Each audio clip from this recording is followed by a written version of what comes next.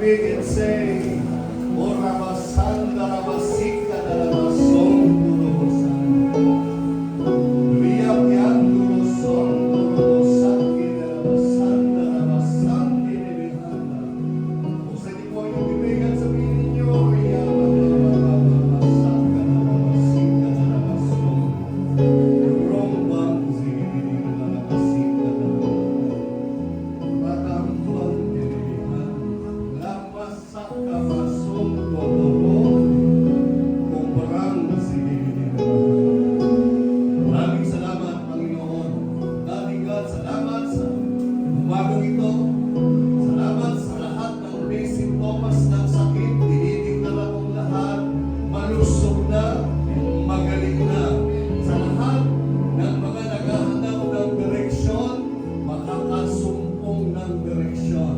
Salamat sa lahat ng panalangin dala namin na sinagot mo ng lahat. Salamat po sa pangalan ni Jesus. Lahat ay magsabi na Amen. And Amen. Huwag niyong palakpakan si Jesus. Huwag na huwag ninyo.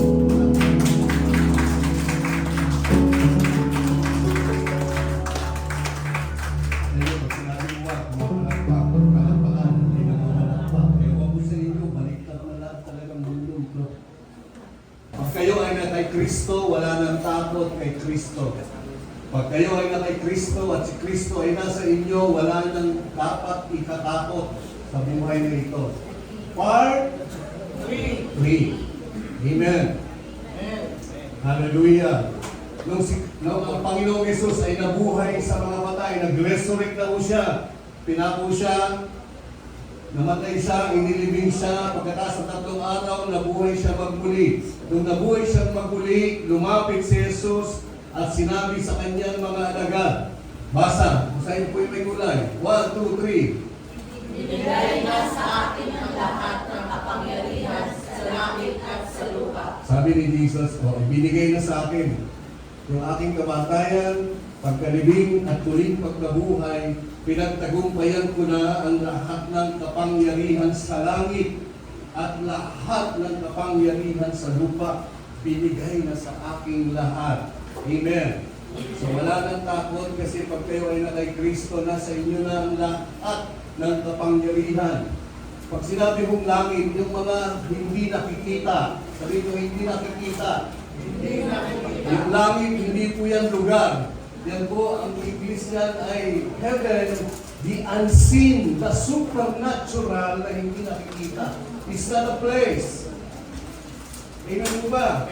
Akala ng maraming tao, pag namatay, pupunta na doon sa isang lugar ng tawag langit. Andun, nakastuck sila. Pagbalik ni Jesus, saka sila bibigyan ng... Hindi po. Ang ibig sabihin ng langit, unseen, supernatural, sa lahat ng kapangyarihan. Kapangyarihan ng mga mabubuting anghel, kapangyarihan ng mga demonyo at ni Satanas, lahat na pagtagumpayan na ni Jesus. Sa langit at sa lupa. Sabihin nyo, langit at lupa. So, saan kayo nakatira? Sa lupa. Dalawa ho ang tirahan nyo. Kayo ay nasa langit, kayo ay nasa lupa. Sa natural ninyo, nasa lupa kayo. Pero dahil na kay Kristo kayo, nasa langit kayo. You are seated in Christ in the heavenlies. Amen. In the unseen world. Nakikita niyo ba yung hangin? Pero may hangin, di ba? Nakikita niyo ba na pinatawad ang kasalanan niyo? Hindi rin. O kaya, sabi ni Jesus sa kanyang mga alagad, ang ibig sabihin ng alagad, estudyante. Sabihin ko, estudyante. Ulit, anong ibig sabihin ng alagad? Estudyante. Matiteo, sa Greek, matiteo, ibig sabihin, learner ni Jesus. Mga natuto kay Jesus. Mga nalaman kung ano ang meron sa Diyos.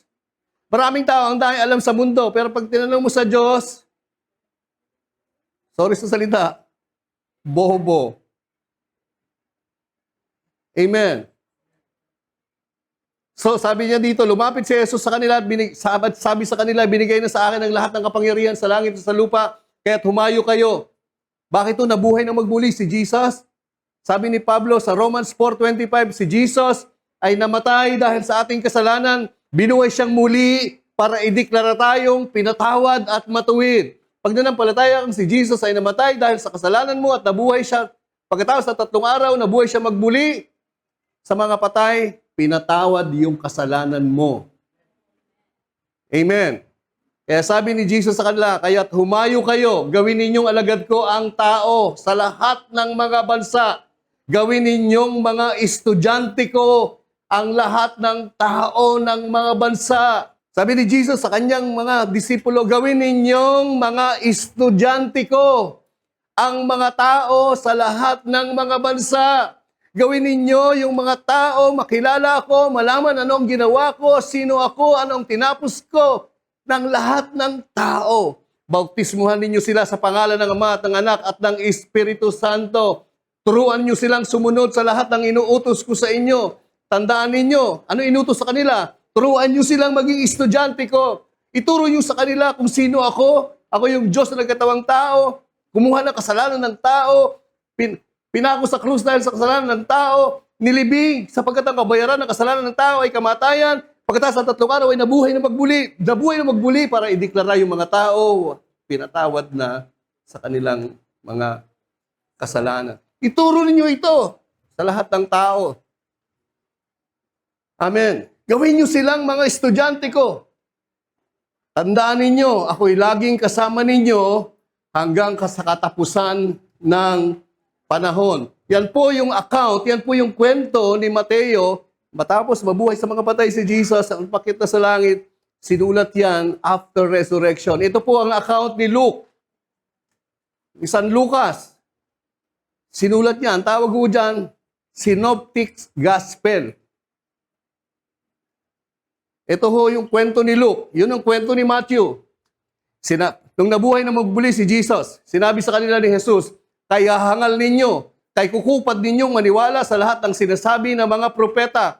Hindi ba't kailangan ang Kristo ay magtiis ng lahat ng ito bago siya pumasok sa kanyang kaluwalhatian, magtiis ng hirap, batain yung kasalanan ng tao, ipako yung Kristo dahil sa kasalanan ng tao, mamatay at ilibing, pagkatapos ng 3 araw, mabuhay na magbuli yung Kristo. Sabi ng verse 27, at pininiwalag sa kanila ni Jesus, basa,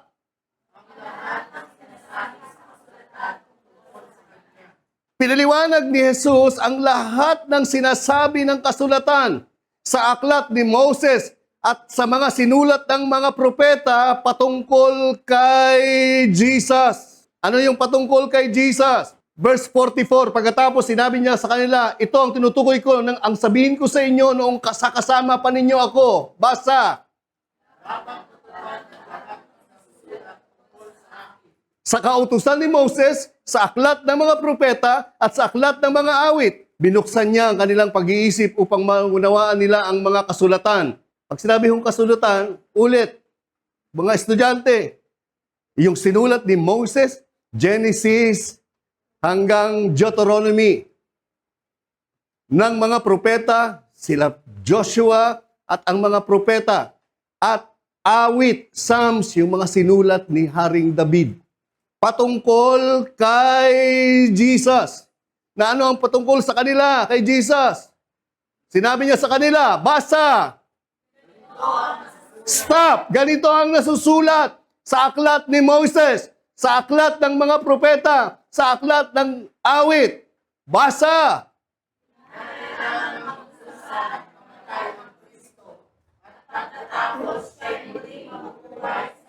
Ito ang mga sinulat ni Moses. Ito yung mga sinulat ng mga propeta. Nabuhay na sa mga patay si Jesus ng araw na yan. Pinaliwanag nila, pinaliwanag ulit ni Jesus. Tapos sabi niya, sa kanyang pangalan, sa pangalan ni Jesus na sinulat ng mga propeta, sinulat ni Moses, yung kanyang pagkamatay, pagkabuhay at muling pagkabuhay. Sa pangalan ni Jesus, ang pagsisisi at kapatawaran ng mga kasalanan ay ang pagpapatawad ng lahat ng mga kasalanan ay si Jesus. Ang kapatawaran ng kasalanan, hindi relihiyon, hindi mabuting gawa, hindi kabaitan, kundi si Jesus na sinabi ng mga propeta na ipinangaral ni Moses at sinabi ng mga awit na sinulat ni David na itong Diyos na magkakatawang tao, kukunin ng lahat ng kasalanan ng tao, ipapako sa krus dahil sa kasalanan ng tao, ililibing pagkatapos ng 3 araw, mabubuhay na muli. Pag pinangaral niya yan, pag nanampalataya sila, mapapatawad ang kanilang mga kasalanan. Amen. Nandyan po ba kayo? Ito naman yung paano sinulat ni Mark, ni Apostol Mark. Pare-pareho sila.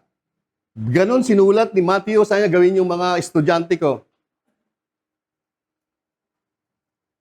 Pinangaral ni Luke. O, itong mga kasulatan, patungkol yan kay Jesus. So pag ang turo mo hindi patungkol kay Jesus, hindi mo tinuturo si Jesus. Amen ba? O, tingin po kayo. Ito naman ang tinuro ito ang pagkakasulat ni Mark. Pagkatapos nagpakita si Jesus sa 11 alagad dahil patay na si Judas. Bakit ho siya tinawag Judas? Judas lang ang pangalan niya. Kaya lang ho siya naging marka kasi si Judas hindi naniniwala kay Jesus. At si Judas mukhang pera. Kaya pumangit yung pangalang Judas. Amen ba? Kaya pag sumasakay ka ng jeep, may nakalagay doon, Judas not pay. Ang pangit. Pagkatapos napakita si Jesus sa 11 habang kumakain ng mga ito, nung siya ay nabuhay na sa mga patay, sila ay pinagalitan niya dahil sa hindi nila pananalig sa kanya at dahil sa katigasan ng kanilang ulo, hindi sila naniniwala yung kinikwento niya mula nung buhay pa siya hanggang sa nabuhay siyang muli patungkol sa mga sinulat ni Moises, sinulat ng mga propeta at sinulat ng mga awit na siya ay magkakatawang tao, yung Diyos magkakatawang tao. Nakita niyo po? Bakit po paulit-ulit si Lord? Kasi yung tao, ang hirap. Ang hirap umintindi. Parang mga nanay, tatay. Sasabihin niyo pa sa nanay niyo, Nana, palagi. Kasi ang hirap mong umintindi. Kaya paulit-ulit yung nanay niyo. Tapos sasabihin niyo pa, nanay mo, si mama, pasalamat kayo, may mama kayong ganyan. Alam nyo, kung magsalita kayo, magagaling pa kayo sa mga mama nyo at mami nyo. Bakit ako napunta doon? May mga anak dito na ha? Makinig kayo mabuti. Kala nyo kayo sino mga magagaling? Hindi nyo alam kung anong hirap ang ginawa ng mga magulang nyo sa inyo. Nang ngayon malalaki na kayo, kumikita na kayo, akala nyo kung sino kayo mga boss.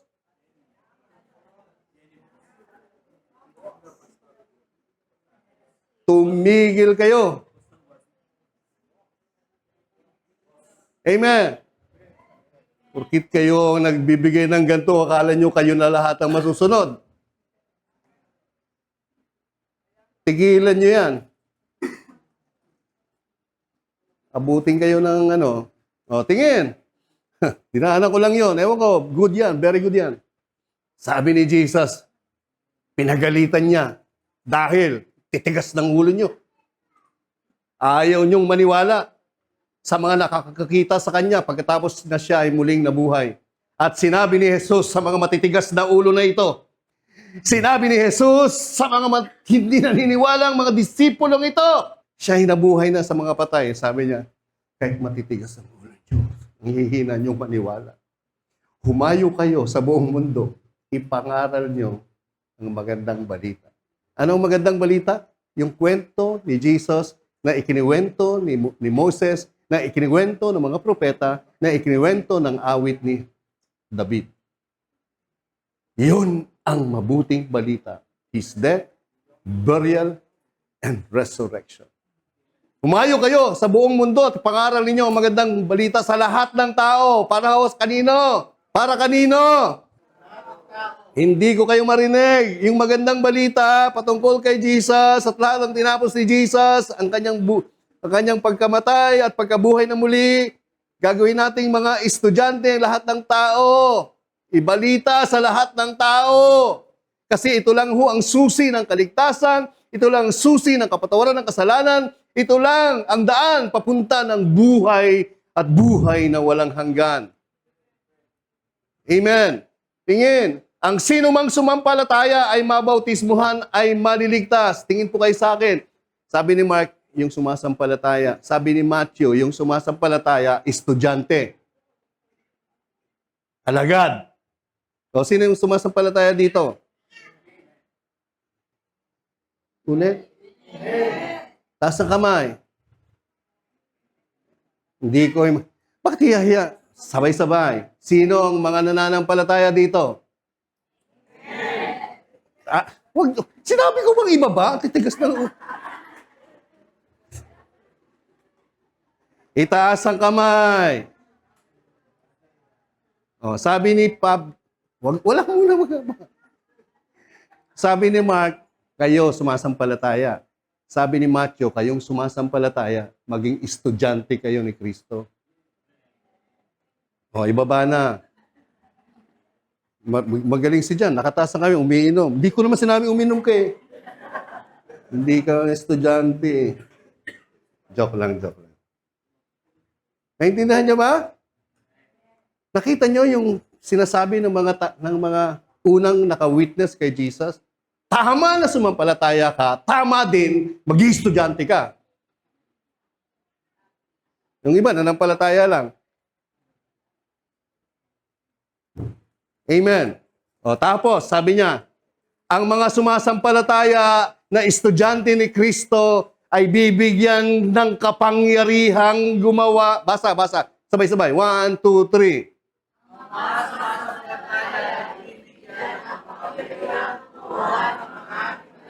Parang pihira.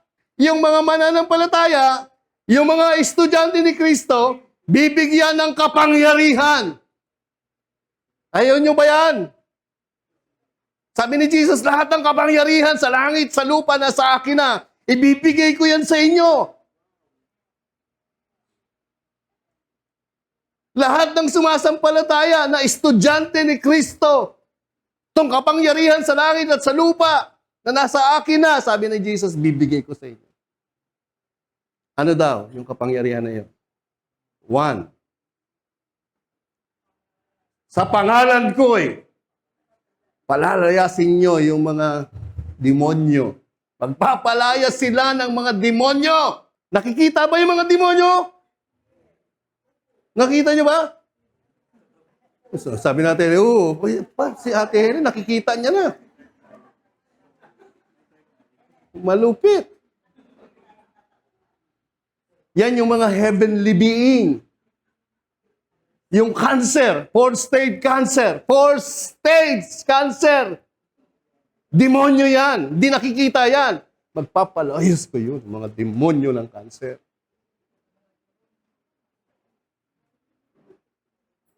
Naintindihan niyo? O, sino na nakapagpalayas ng demonyo ng cancer? Ako pala? Believer pa lang kayo, hindi pa kayo estudyante. Yan ang problema. Yan ang problema. Yung mga believer lang. Pag sinabing believer, estudyante ka rin, ha? Alagad ka rin. If you are a believer, you are a disciple. Tama na yan. Bahala na si pastor. Gusto nyo, i-disobey natin si Jesus. Jerry, mas magaling ka pa kay Jesus. Ha? Kuya Wancho, susundin kita o si Jesus? Amen. Sa pangalan ko ay magpapalayas sila ng mga demonyo. Yung mga believer, yung mga disciple ni Jesus. Pag sinabi yung disciple, hindi ho lang yung 12 disciple. Kasi inutusan yung 12 disciple, gawin yung disciple. Ang lahat ng sasampalataya. Amen. So tingin nyo po, kayo, isipin nyo po kung 100 tayo dito. Pag umuwi na natin, may na-encounter tayo may sakit, isipin nyo, 100 sa Sunday. Hindi na tayo kasya dito. Pagbalik, 2 na kayo eh. Nagpalayos kayo ng mga demonyo. Mga demonyo?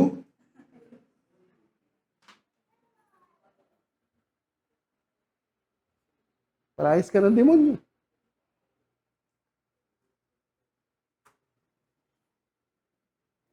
Yung pagiging Kristiyano, hindi lang ho yung... Oh. At magsasalita ng iba't ibang wika. Koreamba, Sanda. Kaya sabi ko siya, manalangin tayo sa banal na Espiritu. Yung iba, yoko. Talaga, disobedient ka kay Jesus.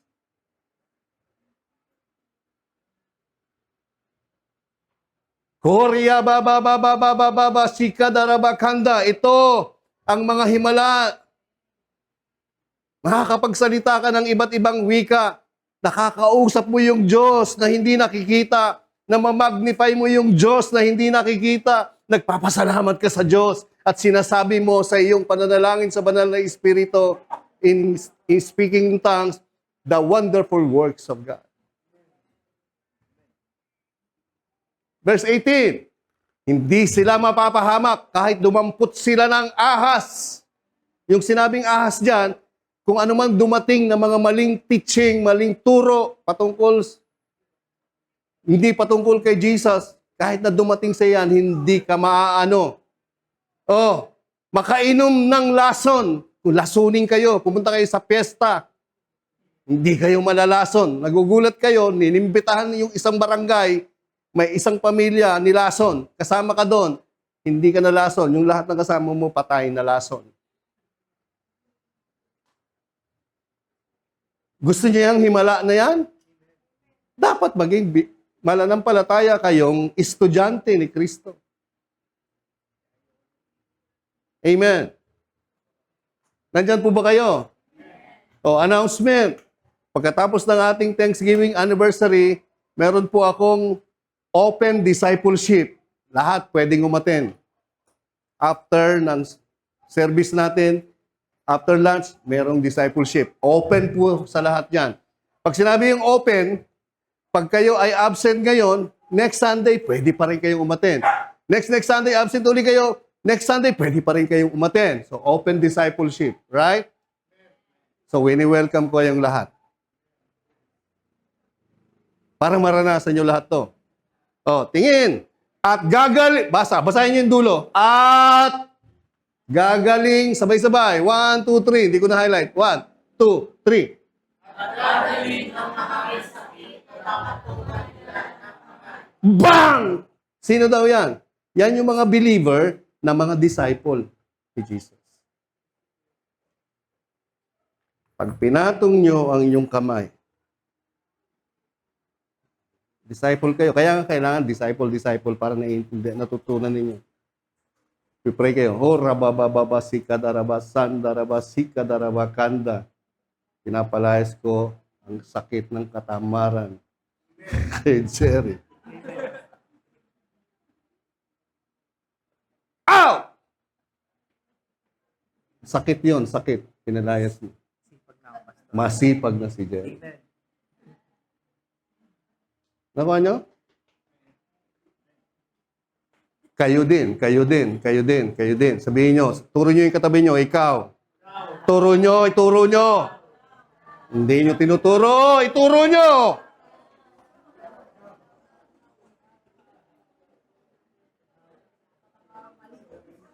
So kung nagpapalayas kayo ng sakit, dapat wala kayong sakit. Paano ka magpapalayas kung puro ka sakit? Pray kita.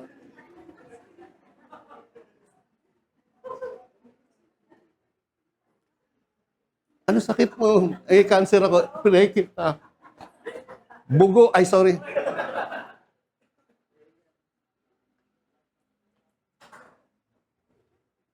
Naintindihan nyo? Kasi disciple ka na. Estudyante ka, alam mo.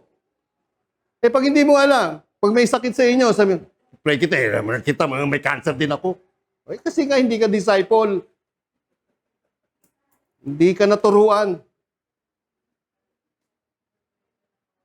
Pag believer ka, disciple ka. Pag disciple ka, believer ka. Period. Hindi yun magkahiwalay. Magkasama yon. Naiintindihan nyo ba?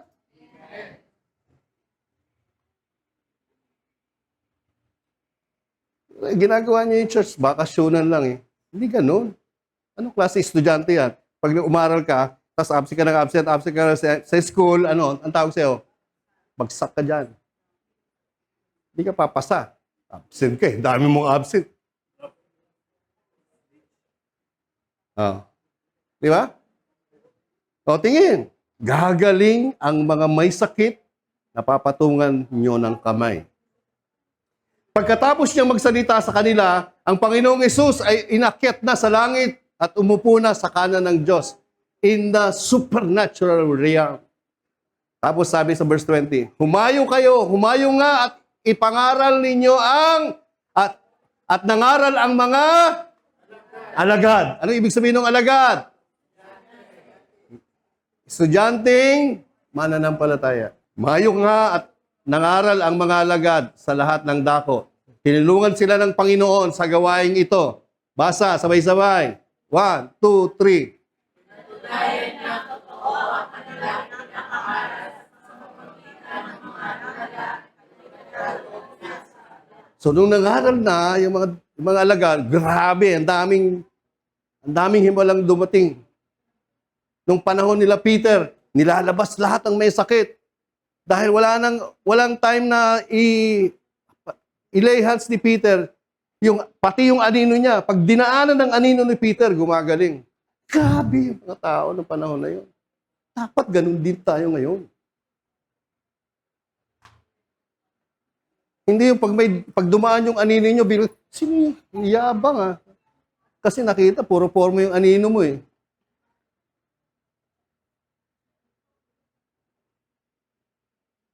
Naintindihan nyo ba? Pag dumaan yung anino pa lang, parang angas doon ah.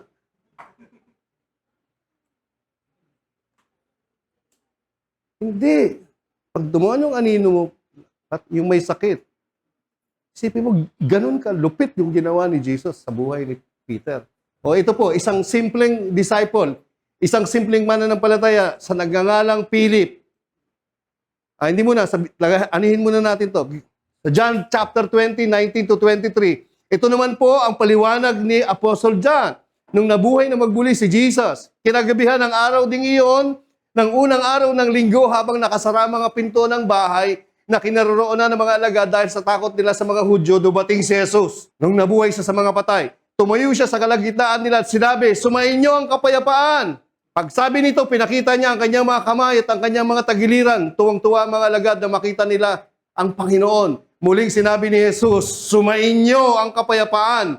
Kung paano akong sinugo ng Ama para iligtas ang lahat ng tao, sinusugo ko rin kayo para ipangaral nyo ang mabuting balita patungkol sa akin na sinabi ng mga kasulatan, sinabi ni Moses, sinabi ng mga awit, sinabi ng mga propeta, para maligtas din maraming tao.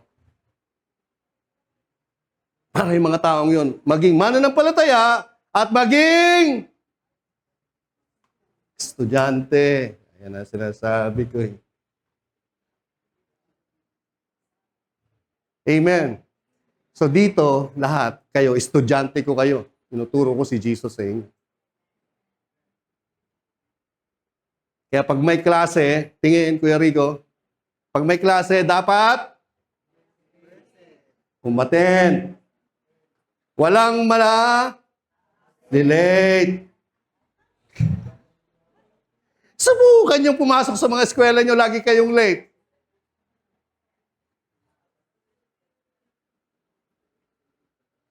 Naging estudyante ba kayo? Oh, Lagi ba kayo late? O lagi ba kayo absent?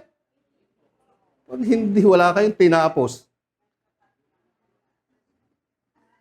Pwede may mga cut, okay, pero estudyante kayo. Kung paanong sinugo ako ng Ama, sinusugo ko rin kayo, sabi ni Jesus. Pagkatapos sila'y hiningihan niya at sinabi, tanggapin ninyo yung Espiritu. So binigyan sila ng kapangyarihan. Kay Mark, pinakita yung mga himala behind sa kapangyarihan. Kay Matthew, sinabi, lahat ng kapangyarihan na to, nasa akin na. Nung pinakita ni John, pag biligay ko yung banal na Espiritu, itong kapangyarihan, sa langit sa lupa, nasa inyo na. Itong kapangyarihan, ito yung mga tanda at himala, sabi ni Mark. Kung patatawarin ninyo ang mga kasalanan ni Numan, ay pinatawad na ang mga iyon. So pag pinangaral natin si Jesus, tinanggap nila, alam natin pinatawad ang kasalanan noon. Pero pag hindi tinanggap, alam natin hindi sila pinatawad. Subalit ang hindi ninyo patatawarin ay hindi nga pinatawad. Nandyan po ba kayo? So tinin niyo po ito. Kaya sabi ni San Pablo, purihin ang Diyos, ang Ama ng ating Panginoong Hesukristo. Pinagkalooban niya na tayo. Pinagkalooban niya na tayo. Ibig sabihin, binigay na. Who has blessed. Sabi niyo, blessed. Hindi kailangan marinig yung D. Blessed. Pag sinabing blessed, di-bless ka na, di ba? Hindi i-bless pa lang, kundi blessed ka na. With every spiritual blessing, all authority in heaven and on earth are given to me. So when you are in Christ, all that spiritual blessing in heaven and in earth are over you or in you in Christ. Kaya walang takot pag nakay Kristo ka. Amen. Dahil sa ating pagkikipag-isa kay Kristo Jesus, lahat ng kapangyarihan. Amen. Kaya lahat ng demonyo sa paligid natin, hindi natin nakikita, takot sila sa inyo. Kung kayo ay matalino at maayos na estudyante. Pero pag hindi nyo alam yan, pag kinalarantari yung bahay nyo, kinalarantari yung anak nyo, kinalarantari yung apo nyo, hindi nyo alam kasi hindi kayo naging estudyante. Patay dito, aksidente dito, hindi nyo mapapalayas yan. Paano nyo papalayas? Hindi nyo naman alam. Amen. Kaya sabi ni Pablo yan, naway, sa verse 18, naway liwanagin ng Diyos ang inyong mga puso upang malaman ninyo ang pag-asa na para doon ay tinawag niya kayo. Kung gaano kasagana ang pagpapalang nilaan niya para sa kanyang mga banal. Ibig sabihin ng saints, lahat ng mga nananampalataya, tinawag kayo. Sabihin nyo, lahat ng nananampalataya, hindi ko yung marinig, lahat ng mananampalataya, dapat estudyante ni Kristo at tinawag ni Kristo. So yung sinabing santo dyan, mga banal, kayo yun, tayo yun. Binigay na sa inyo lahat ng kapangyarihan. Ang dala niyong mensahe, yung magandang balita ng biyaya ng Diyos, yung magandang balita ni Kristo, na sinulat ng mga propeta, sinulat ni Moses, sinulat ng mga awit patungkol kay Jesus, na Diyos nagkatawang tao. Kaya ganun ho yung Diyos, kahit na sa bagong tipan, nung manabuhay na si Jesus, sumakita sa langit, iniwan niya kila Pedro, kila San Pablo, paulit-ulit na sinasabi, kasi yung tao, gustong marinig ng tao, pwede ba diyan sa church na yan? Iklian na lang yung Word of God, damihan yung kanta, damihan yung comedy, hindi pwede yun. Pwede ba may mga concert na lang, tapos yung exhortation, 5 minutes na lang. Wala na. Papatayin na yung kapangyarihan ng salita ng Diyos. Amen. Tingin, mabilisan natin. At kung ano ang di masukat niyang kapangyarihan sa atin na mga nananampalataya, sa atin na mga nananampalataya na mga alagad. Hindi masukat, sobrang daming kapangyarihan. Isipin niyo, pag dinantay niyo yung kamay niyo sa may sakit, yung may sakit gagaling. Natry niyo na ba? Natry niyo na ba? Oh. Yung iba, hindi sumasagot. Natry niyo na ba? May kaibigan kayo may sakit. Brad, pag-pray kita. Kaya mo yan. Sumuwi ka na. Kaya hindi nyo nakita.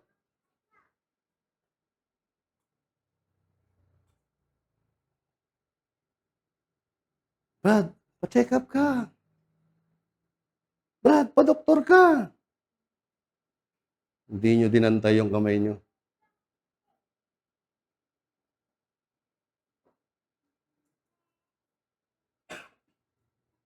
Naintindihan nyo?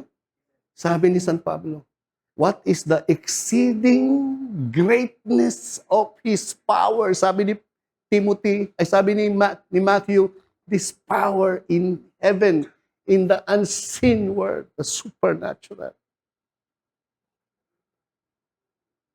Alam niyo po yung mga anghel, yung mga good angels, sabi ng Hebrews chapter 1 verse 14, ginawa ng Diyos yan para mag-minister sa atin, mga assistant natin. Kaya nung kami ay nabalahura sa Rosario, sabi ko, angel, good angel, huwag mong hayaan may dumaan ng mga malalaking sasakyan. Kasi nasa gitna ho kami.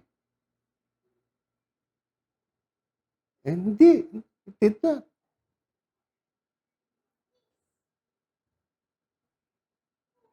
Nandyan po ba kayo? Hindi makakilos si Jesus pag hindi kayo kumilos sa pamilya nyo. Gagamit yung Diyos ng tao. Di ba nung walang makita yung tao, yung Diyos na nagkatawang tao. Now, tapos na yung trabaho ni Jesus as a man who was risen from the dead. There's only one mediator between man and God, the man, the resurrected man, Christ Jesus. Now, He needs you para maligtas yung pamilya nyo, yung mga anak nyo. Huwag kayong matawa, successful sila, pero wala silang Jesus. Amen ba? Kayo, itong kapangyarihan na to sa lahat ng mga santo, mananampalataya, mga estudyante ni Jesus. Ang dakilang kapangyarihan dihing iyon. Anong klaseng kapangyarihan to? Tingin po kayo. Verse 20. Itong kapangyarihan na ito yung kapangyarihang bumuhay kay Kristo sa mga patay. Papayirang power yan. When Jesus that is the resurrection power. Walang demonyo, walang sakit ang pwedeng gumapi sa resurrection power na nasa inyong mga alagad, na nasa inyong mga santo, na nasa inyong mga mananampalataya. Maraming Christian, hindi ginagamit yan. Kasi hindi mga estudyante.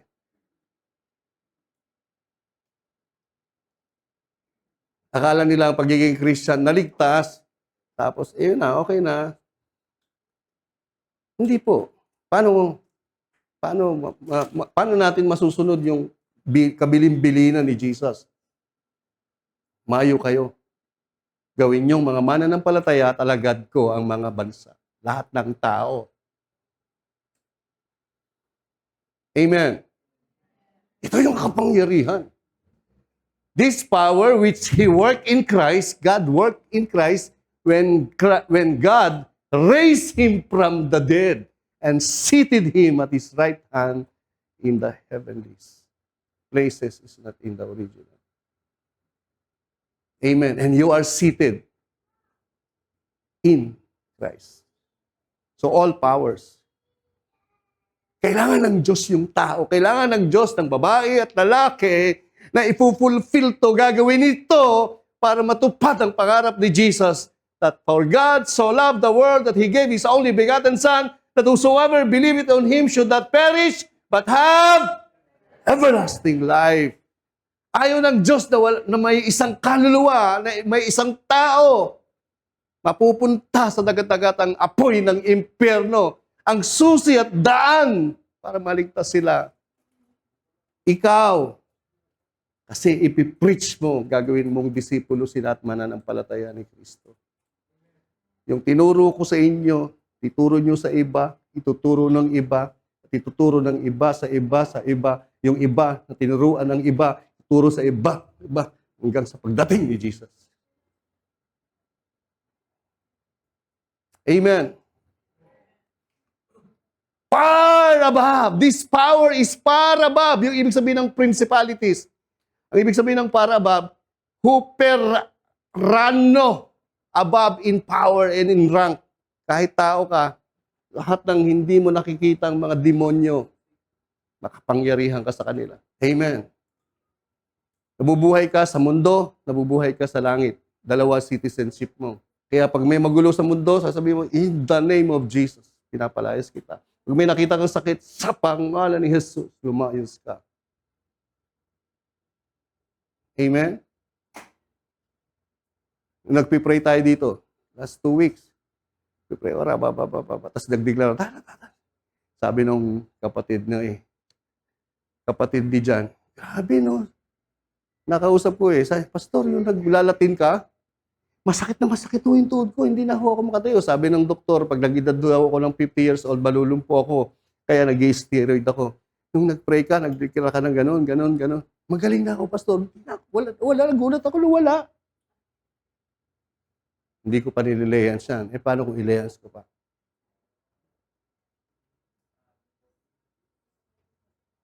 Yabang ko, no? Yabang ko si Jesus kasi. Si Jesus yung yabang ko.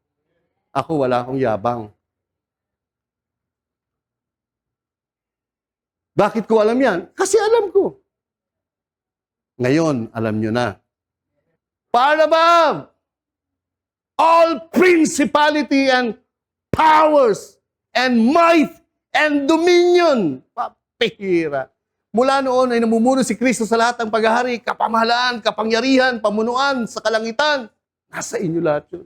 Kaya pag sinabing dumadating na, tapos na si Ada, susunod Bina, si Barok. Sabi, si Bagyong Barok ay napakalakas. Sigurado, ang ulan na dala nito, mas malakas pa, mas marami pa kay Undoy. Sasabihin mo na, Barok! Kasi, sino may gustong pumatay, magwasak? Si Lord ba? O sino nasa likod ng Barok na yon? Kung Barok man ang magiging pangalan. Demonyo, principalities, powers. Kausapin mo na ngayon. Barok, Korokok. Ikaw, demonyong Barok, sa ulan na ito. Pinapatanggalan kita ng kapangyarihan. Naintindihan nyo? Hindi. Pag narinig, alam nyo na ngayon, noon, pag ay, lakas daw, lakas. Uy, wala yan. Ito na, yung ulan. Baha. Tulong! Ayuda! Tulong! Ayuda! Mga bugok. Pwede namang tigilin. Naintindihan nyo ba? And every name that is named. Sabi ng doktor, ang sakit mo ay longevitis, hepatitis, chorobitis, batatritis. Ano yun? Every name that is named. Ang sakit mo, hepatitis, tonsillitis, baculitis, balalalitis. Ang sakit mo, chronic, dispensation, automatic, stomach, cancer. Ano yun? Every name!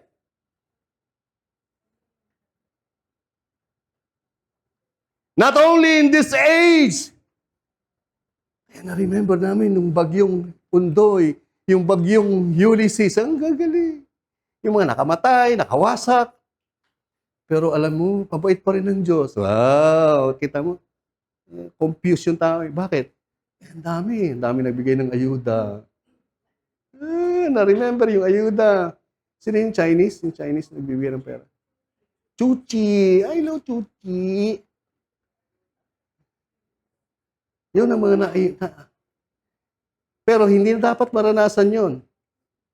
Because many believers are not discipled, many believers are not using this power that they have. Amen.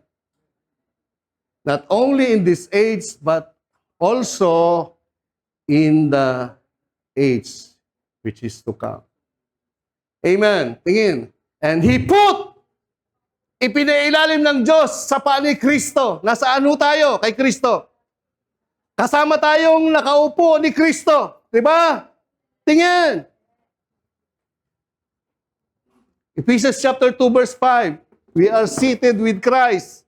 Nakaupo tayo. Ito si Kristo, nakaupo na rin tayo. Nasaan daw ang lahat ng kapangyarihan na to at mga demonyo na gumagambala sa buhay ng mga tao? Nasaan daw? Nasa paa natin. May karamdaman ka, oy, mais ka, hindi kita kailangan. Sabi ng doktor, meron akong ganito. Wala akong ganyan. Alis. Sabi ng doktor, meron ka daw sakit. Wawa naman. Mga kapamilya mo, oo nga mama, may ganyan ka. Ay, wala na, hanggang pa, ganun ka na ng pag-ganon. Hintay na lang niya, mamatay ka na.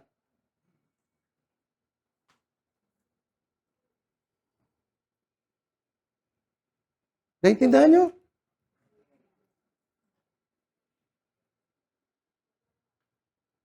Nasa ilalim ng paa mo. Kung nasa ilalim ng paa mo, tingin. Pag nakasapatos ka, nasa stomach mo ba yan? Ba't ganyan ka? Out! Ang problema kasi sa atin, kung anong sinabi ng tutor, yun na, in-entertain mo na. Wala, mahina na talaga ako eh. Wala, may sakit na talaga ako eh. Oh, nakita mo? Hindi, araw-araw sabi mo, lumayas ka dyan. Meron ako isang kaibigan. Wala na, matino naman. Pero, nag-ano siya, may tama yung ulo niya. Tagatan nyo. Sabi ko, ba't nagaganyan ka eh?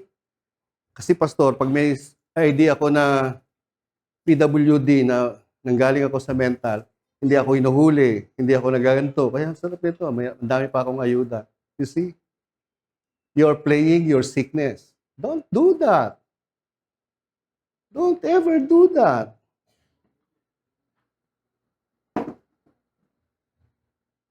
Wala kang sakit. Tingin po kayo sa akin, wala kang sakit. Sabihin mo, wala akong sakit. Magaling na ako. Malakas ako. Sa mga latay ni Jesus. Magaling na ako.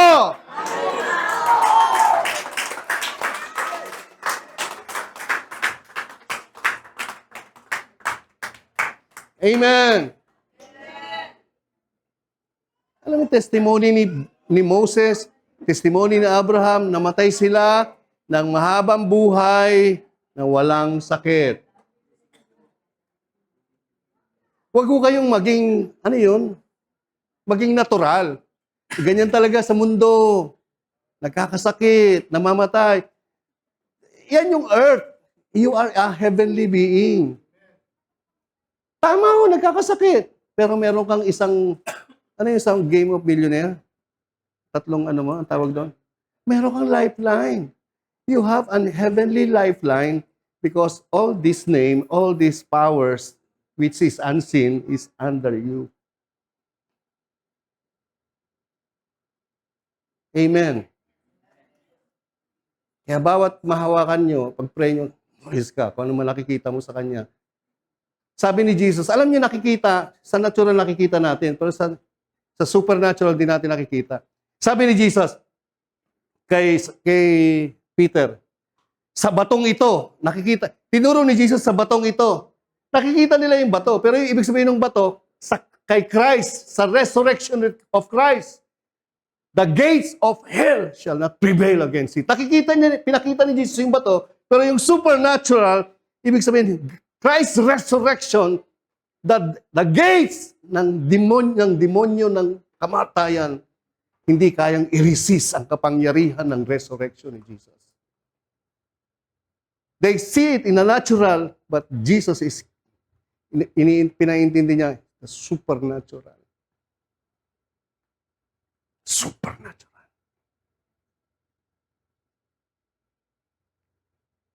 Amen ba? Saan mo binigay? All things to the church. Tingin po kayo. Sino yung church? Ikaw yung church. You are the temple of God, the Holy Spirit. You are bought with a price. You are bought with the very life of Jesus. Yung lagi natin sinasabi, the blood, the blood, the blood. The meaning of the blood is Christ's life. He gave His life. When He gave His life and died and resurrected from the dead, that's the time your sins are forgiven. It's not during the time na pinako siya. When He was resurrected from the dead, that's the time all your sins are forgiven. When the writers of the epistles is saying the blood, the blood, the blood, ibig sabihin, the life, the very life of God was given to you. Because life is in the blood. Jesus shed His life. He died. Physically died. Kasi kung hindi siya magkakatawang tao, hindi mo mamatay yung Diyos, kaya yung Diyos nagkatawang tao para mamatay siya. Kasi ang kabayaran ng kasalanan, dapat may mamatay na tao. Si Jesus na yung tao na walang kasalanan na namatay para mapatawad nung binuhay siya sa mga patay ang lahat ng ating kasalanan. Amen. All the church, all things to the church, which is His body, the fullness of Him who fills all in all powers, all authority in the supernatural, in the unseen, which is called heaven, and on the seen, which is called earth, are given to me and now yours. Gagamit yung Diyos ng tao. Pag hindi kayo nagpagamit sa Diyos, lalagpasan kayo, maghahanap ng ibang tao yung Diyos. Hindi kailangan ma-stop yung plano ng Diyos. Pag ayaw nyo, pababayaan kayo ng Diyos, maghahanap siya ng iba. Naintindihan niyo ba? So makinig mabuti. Sabihin nyo, Panginoong Jesus, gusto ko, gamitin mo ko. Gamitin mo po ako. Walang saysay ang buhay ko.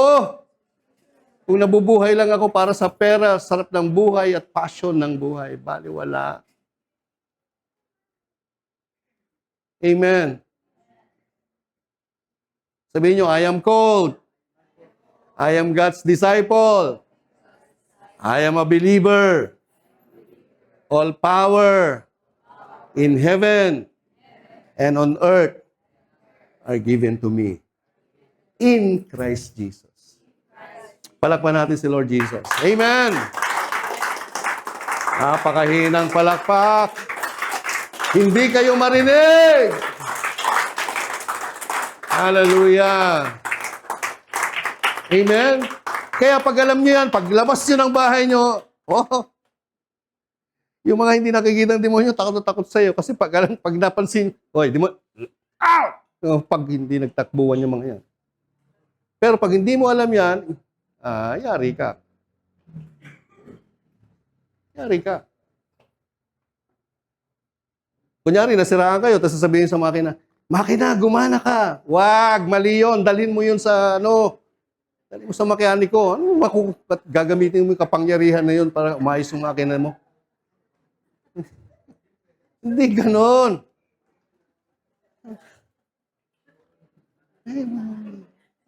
Nasa Bible ba yon? Amen ba? You want more? Ito. Ang pangalan niya si Philip. Si Philip, ipinangaral ng mga mananampalatayang nagkawatak-watak sa iba't ibang lugar ang salita, saan man sila magpunta. Nagpunta si Felipe sa lungsod ng Samaria. Ipinahayag doon ang Kristo. O tingin, pinangaral yung salita, pinangaral yung Kristo. Sinong Kristo? Yung Kristong nabuhay sa mga patay. Pinangaral yung salita. Ano yung salita? Yung Gospel of Christ. Yung Gospel of Grace. Pinangaral yung Kristo, yung Kristong nabuhay sa mga patay. Amen. Nang marinig ng mga tao si Felipe at makita ang mga himalang ginawa niya, nakinig silang mabuti sa kanyang sinasabi. Tingnan niyo po yung mga himalang ginawa ni Felipe. Nung pinangaral niya yung Gospel of Christ, yung Gospel of Grace. Si Felipe to, hindi si Peter, hindi si Paul, hindi sino man. Simpleng disciple and believer. Simpleng estudyante at mananampalataya ni Kristo. Si Felipe. O, ano yung mga himala? Basa. 1, 2, 3. Ang ay lumabas sa taong sinapian nila at sumisigaw habang lumalabas. Maraming at ang pinagaling. Nasaan na ngayon yan sa church? Maraming tulog. Ang tulog pa rin. Maraming. Absent. Puro absent. Yan ang mga issues sa church. Absent, tulog, patulog, tulog. Pero wala ko tayong mabalita na ganito. Yan o, lumpo. Lahat ng pinagaling dyan na lumpo, nung pinanganak lumpo, hindi nakalakad. Pag nangaral ang salita ng Diyos, pinalangin. Nakalakad. Lumpo talaga.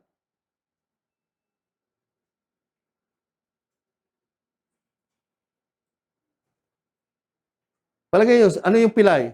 Siyempre yung pilay. O, mga inaalihan ng masamang espiritu. Yung mga may sakit na cancer. Alam niyo ba yung mga cancer? Hindi kung Kristiyano ka, may cancer ka, hindi ka napoposes. Pero inaano ka, dinidemonyo ka ng demonyo ng sakit na yan. Tingin. Pag may sakit ka, sabi ng doktor, meron kang, ano yung mga sakit ng matatanda? Ha? Oh, may sakit kang dementia. Ano pa? Isa. Alzheimer's disease. Isipin mo, pinuputok-putok ka ng espiritu na yan. Hindi kanya kayang possess. Pero kaya kanyang i-stress. So sabi mo, espiritu ng psoriasis o ano man yan, dementia na yan. Layas, hindi kita kailangan sa katawan ko. Pumunta ka sa banyo, kung nahihiya ka magsalita, tapos doon sa banyo, sabi, pumayas ka! Ipa-flush kita sa inodoro. Ganon. Fight! Fight the good fight of faith. Huwag kayo magpatalo sa mga ganyan. Amen ba? Kaya't nagkaroon ng malaking kagalakan sa lungsod na iyon. Doon may isang lalaking ang pangalan ay Simon. Noong una, pinapahanga niya ang mga Samaritano sa pamamagitan ng salamangka. Wow! Sorcerer. Pinagmalaki niya na siya'y isang dakilang tao. At pinapakinggan naman siya ng lahat. Mula sa pinakamababa hanggang sa pinakamataas sa lipunan. So isipin mo, pati yung mayor, councilor, lahat ng tao nakikinig dito kay Simon na sorcerer. Pinapakinggan naman siya ng lahat.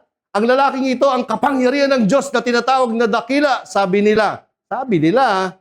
Sabi ng mga tao, mahabang panahon ding sila'y pinahanga niya sa pamamagitan ng kanyang mga salamangka, kaya't siya'y patuloy na pinakikinggan nila. Ngunit nang sumampalataya sila, nang ipanangaral ni Felipe ang... So ang context, ipinangaral ng salita ng Diyos, si Kristo, yun yung magandang balita. Right? Tungkol sa kaharian ng Diyos, yung magandang balita is the kingdom of God.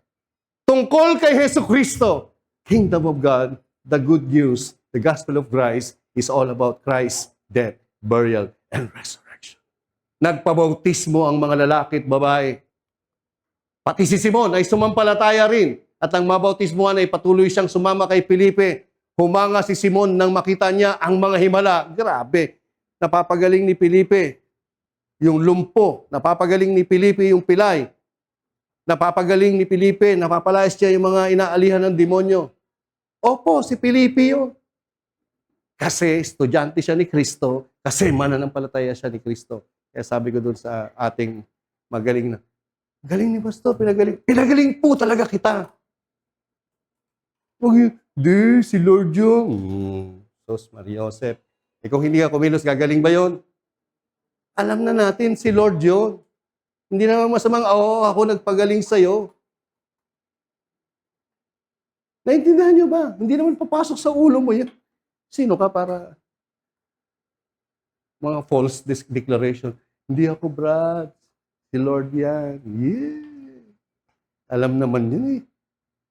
Nagpapaliwanag ka pa. Mayroon bang alam si Lord? May alam ka ba na hindi alam ni Lord? Wala. Ba't yung nagpapakute-cute pa? Hindi sila yung mga pa-cute-cute na ganun. Amen. Amen. Humanga si Simon. Wow, grabe. Gusto ko rin yung kapangyarihan na yan. Nandyan po ba kayo?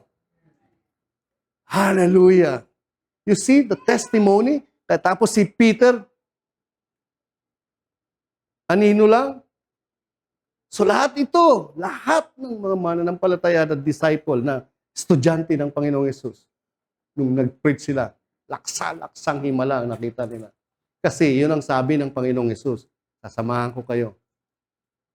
So lahat ng kapangyarihan na nasa akin at sa langit, sa lupa, ay nasa inyo na. Amen po ba? So walang demonyo, walang satanas, walang impyernong makakapigil sa inyo. Pag alam nyo ang katotohanan na ito. Kaya sabi ko sa inyo, kung 100 tayo dito sa isang buwan, nakapagpalayas tayo ng isang may sakit na cancer, stage 4, tig-iisa tayo. Pagbalik natin sa February dito, hindi na tayo kasya. Kailangan na tayo mag-isang service ulit.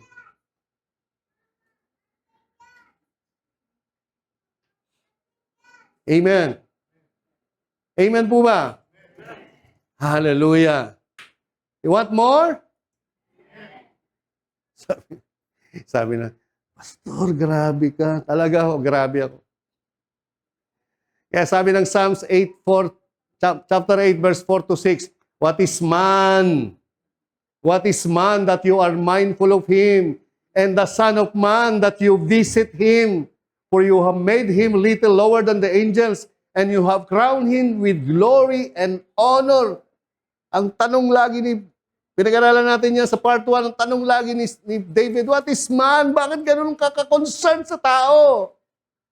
Yung taong sinasabi dyan, hindi ikaw, kundi si Jesus. Naging ikaw na nung ikaw ay nakay Jesus.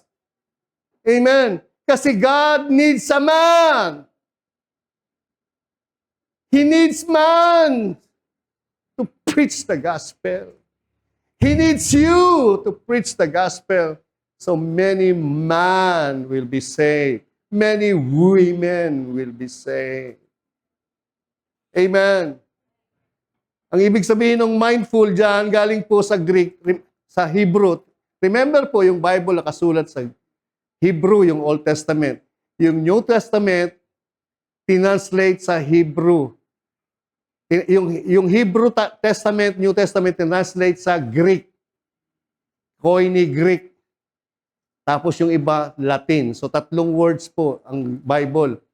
Yung Old Testament, Hebrew, New Testament, Greek, and Aramaic. Aramaic, simple Greek. Amen ba? O, tingin. Pag binabasa mo yung Bible, hindi mo siya babasahin sa salita mo. Kasi yung English po, mga 100 years old pa lang. Yung Greek, yung Hebrew, thousands years na ho yan. Pag ginagamit nila yung salita nila, ginagamit nila sa panahon nila, sa pangyayari ng panahon nila, sa community nila. So hindi mo siya pwedeng dalhin na gamitin mo yun at dadali mo dito. Dali mo dito, pero explain mo kung anong ibig sabihin nun. Kaya sabi niyan, what is a man that you are mindful? Galing po sa salitang sakar. Ibig sabihin, to think, to talk about, to remember about. So, ang isip lagi ng Diyos is the man. Who is the man? Christ. So, when you are in Christ, God is always thinking of you, talking of you, remembering you in Christ. Amen. That's why God is so in love with you through the man who is Christ, which you are in. So, ang ibig sabihin niyan is to remember, to think. Sakar. Sabi dito, you have made him to have dominion over the works of your hands. You have put things under his feet.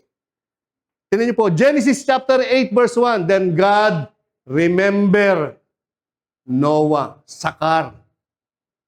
Every time He's remembering you in Christ. So, ibig sabihin, God remembered Noah. Niligtas ng Diyos si Noah sa baha because God remembered Noah. Nililigtas ka sa baha, sa lahat ng sakuna sa mundo because God remembers you in Christ. Next. And I will remember Sakar, my covenant, which is between me and you, and every living creature of the flesh. The water shall never again become a flood to destroy all flesh. The rainbow shall be in the cloud, and I will look into, remember, Sakar, everlasting covenant. Bakit hindi na hinuhusgahan yung tao? Bakit hindi na sinusumpa yung tao? Because God remember you in Christ. Every time He sees you, He remembers you in Christ. As if God is remembering Christ to you. Kaya wala nang judgment. Wala nang condemnation. Every time God sees you, He remembers you. He sees Christ in you. No more judgment. No more condemnation. Every time you are in trouble, God sees you in Christ. He remembers Christ in you. As if you are Christ, you will be swept out of trouble. Amen? Genesis 19:29, and it came to pass when God destroyed the cities of plain, that God sakar Abraham and sent Lot out of the midst. Yung judgment ng Diyos, wala na yung Diyos sa Sodom at Gomorrah. So meron ng judgment.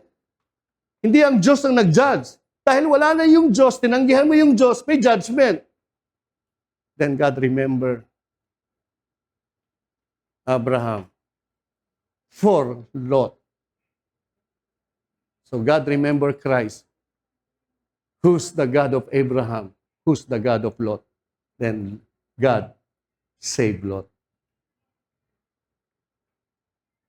Amen? Sakar. Hindi ho sakal. Sakar. O, tingin niyo po. Tingin. Huwag niyong kalimutan to. Maganda to. Exodus chapter 20 verse 8. Basa. Sakar. To think, to remember, to talk about. Pag nakay Kristo ka, ang delight lagi ng Diyos, ikaw. Remember the Sabbath day, to keep it holy. Alalahanin nyo yung Sabat. Akala nila yung Sabat, Sabado, araw. Kaya may relihiyon, hindi sila nagsisimba ng linggo, tawag nila Sabat.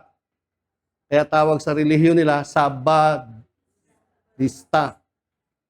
Akala nila yung Sabat ay araw. Hindi po yun araw.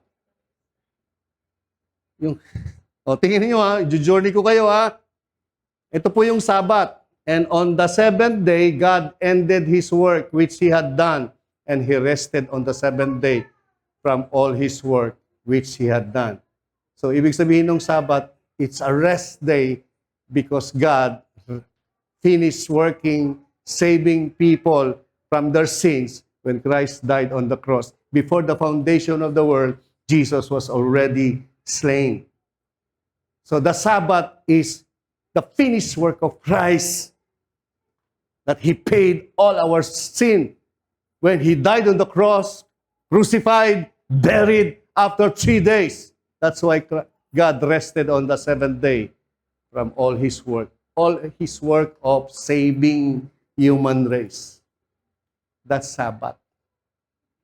Tingnan niyo po. Hindi ho yan Sabado, hindi araw. Sabi yan, Hebrews chapter 4 verse 1 to 4. Therefore, since a promise remains of entering His rest. What is rest? Sabi ng Genesis, Sabbath. Remember the Sabbath. Keep it holy. Remember the rest. Keep it holy. So, ibig sabihin, remember what Christ already done on the cross.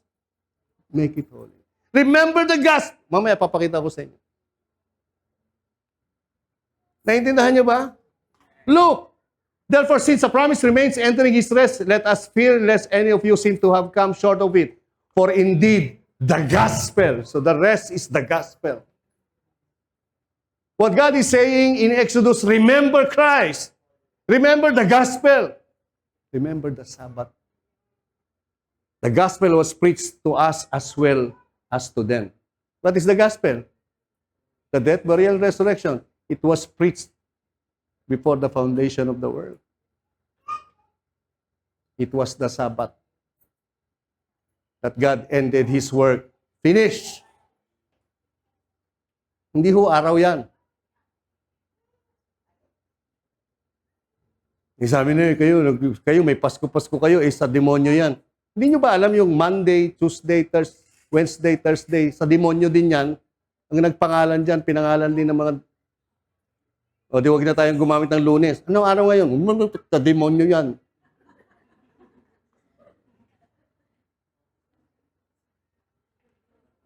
Lahat ng mga araw, may mga Diyos-Diyosan yan. Nilalang yan ng mga, anong araw ngayon? Sa demonyo yan. Kaya yung Pasko. Bakit kayo nag-celebrate? Kami walang Pasko. Sumusunod kami. Hindi naman kasi pinanganak si Jesus noong December. So nagsabi, hindi naman natin sinasabi yun. Sineselebrate natin basta pinanganak yung Diyos. Nagkatawang tao yung Diyos. Eh ngayon, nilagay ng demonyong relihiyon na 25. Okay lang, wala akong pakialam sa 25 na yan. Kaya sila, malungkot na malungkot tuwing Pasko, tapos sumisilip, celebrate sila. Kami, hindi. Kasi isip ng tao, no? KJ? Kayong mga sa demonyo kayo, di kami nagsiselebrate niyan. Oh. But the word which they heard did not profit them, not being mixed with faith in those who heard it. Parehong gospel. Preach kila Abraham, kila Moses, sa prophets, sa Psalms, parehong gospel. Di ba pareho? Sinabi ni Jesus, pareho. Eh, hindi sila niniwala. Yung pinreach kay Adam, huwag kang kakain. Ang kainin mo yung tinapay ng buhay. That's the gospel. For we who have believed do enter that rest. So when you believe, that's the Sabbath. You rest. So I swore in my wrath, they shall not enter my rest. Although the works were finished from the foundation of the world. For he has spoken in a certain place of the seventh day this way. And God rested on the seventh day from all his work, which is the Sabbath. Kung kulang pa yan, pinus pa ni Paul. Sabi ni Jesus, at the time Jesus went to the grain fields on the Sabbath, and his disciples were hungry and began to pluck heads of grains and to eat. And when the Pharisees saw it, they said to him, look, your disciples are doing what is not lawful to do on the Sabbath. Bakit sila kumakain? Sabato ngayon, Sabbath, yung alam nila, mga religious leader. Bawal yun na. Sabi ni Jesus, have you not read? Dapat lagi nagbabasa, dapat lagi estudyante. What David did when he was hungry, he and those who were with him, how he entered the house of God and ate the showbread, which was not lawful for him to eat, nor for those who were with him, but only for the priests. Hindi ba na rin nabasa? Alam mo si David. Binrake nila yung Sabbath kasi wala namang Sabbath. Or have you not read in the law that on the Sabbath the priests and the temple profane the Sabbath and are blameless? Yet I say to you that in this place there is one greater thing than the Sabbath ceremonies that you have than the temple. Because Jesus is there. He is the temple. He is the rest. So He is the Sabbath. Sabi ni Paul, tinan nyo, but if you have known what this means, I desire mercy, not sacrifice, you would not have condemned the guiltless. For the Son of Man is, basa, Lord, even of the Sabbath.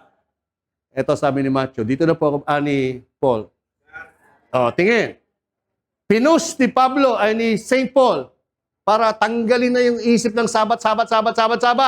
In this way, God disarmed the spiritual rulers, authorities. He shamed them publicly by His victory over them on the cross. So don't let anyone condemn you for what you eat or drink, or for not celebrating certain holidays, or new moon, or ceremonies, or Sabbaths. For these rules are only shadows of the reality yet to come. And, basa! So, who's the Sabbath?